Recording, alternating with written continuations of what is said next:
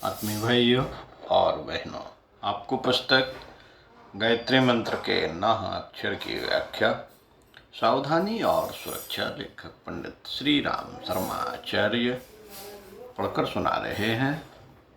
पृष्ठ 14 से आत्मरक्षा और नैतिकता। आत्मरक्षा और नैतिकता। सावधानी और सुरक्षा का मुख्य उद्देश्य विरोधियों को और दुष्ट प्रकृति के लोगों से आत्मरक्षा और अन्य निर्बलों की रक्षा करना ही माना गया है। इस उद्देश्य से जो कार्य किए जाते हैं उनमें अनेकों बार विरोधाभास दिखलाई पड़ा करता है। जो कार्य कुटिल शत्रु के प्रयत्न को विफल करने के लिए आवश्यक होता है वह अनेक बार अनैतिक जान पड़ता है और अनेक भोली प्रकृति के व्यक्ति ऐसे अवसर पर हिचकिचा कर कर्तव्यच्युत हो जाते हैं, जिसके फलस्वरूप उनको आपत्ति में फंस जाना पड़ता है। ऐसे लोग नैतिकता के वास्तविक स्वरूप से अनजान होते हैं। मनुष्य के कार्यों के भले या बुरे होने का निर्णय वास्तव में उसके उद्देश्य से किया जाता है।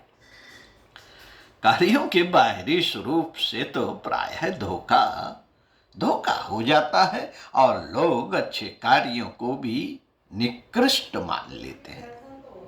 सीधे सीधे अवसरों पर तो सीधी साधी प्रणाली से भली प्रकार काम चल जाता है।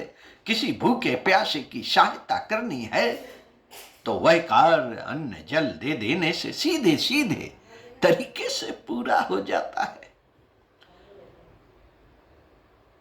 इसी प्रकार किसी दुखी या अभावग्रस्त को अभीष्ट वस्तुएं देकर उसकी सेवा की जा सकती है। धर्मशाला, कुआ, बावड़ी, बगीचा, पाठशाला, गौशाला, अनाथालय, औषधालय, अन्य क्षेत्र, सदावर्त, प्याऊ आदि के द्वारा लोक सेवा की जाती है और यज्ञ, कथा, कीर्तन, सत्संग, उपदेश, साहित्य आदि द्वारा जनहित किया जाता है। ऐसे कार्य निश्चय ही श्रेष्ठ हैं और उनकी आवश्यकता एवं उपयोगिता सर्वत्र स्वीकार की जाती है। पर कई बार इस प्रकार की सेवा की बड़ी आवश्यकता होती है जो प्रत्यक्ष में बुराई मालूम पड़ती है और उसके करने वाले को अपयश ओढ़ना पड़ता है।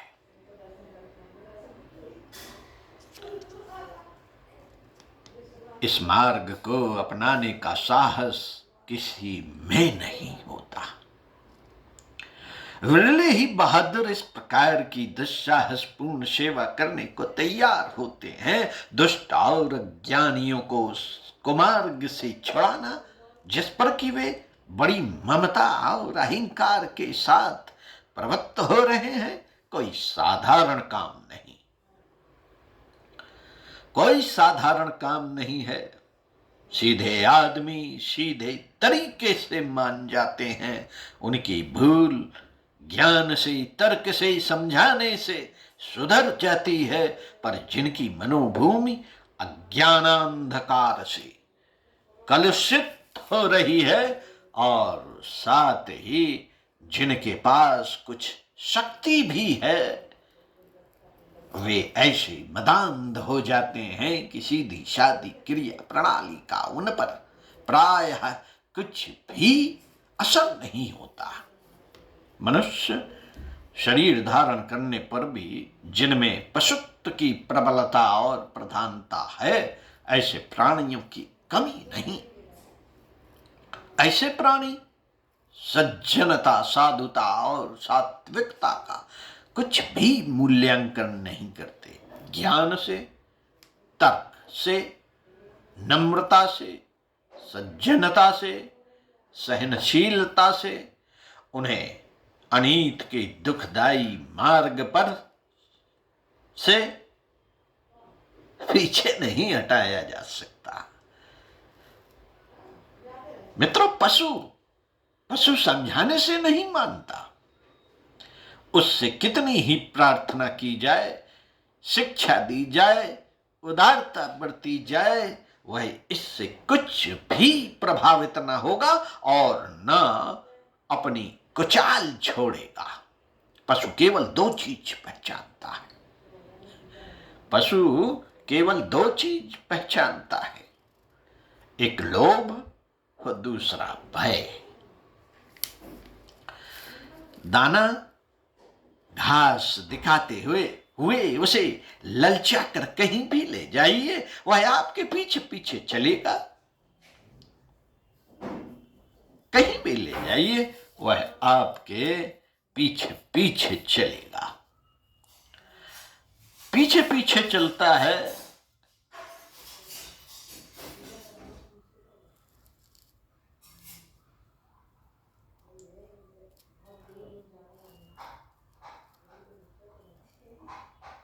अज्ञानियों को,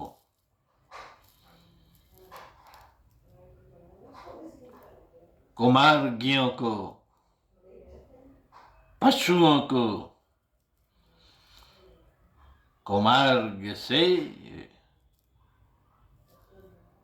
विरत और सन्मार्ग में प्रवृत्त करना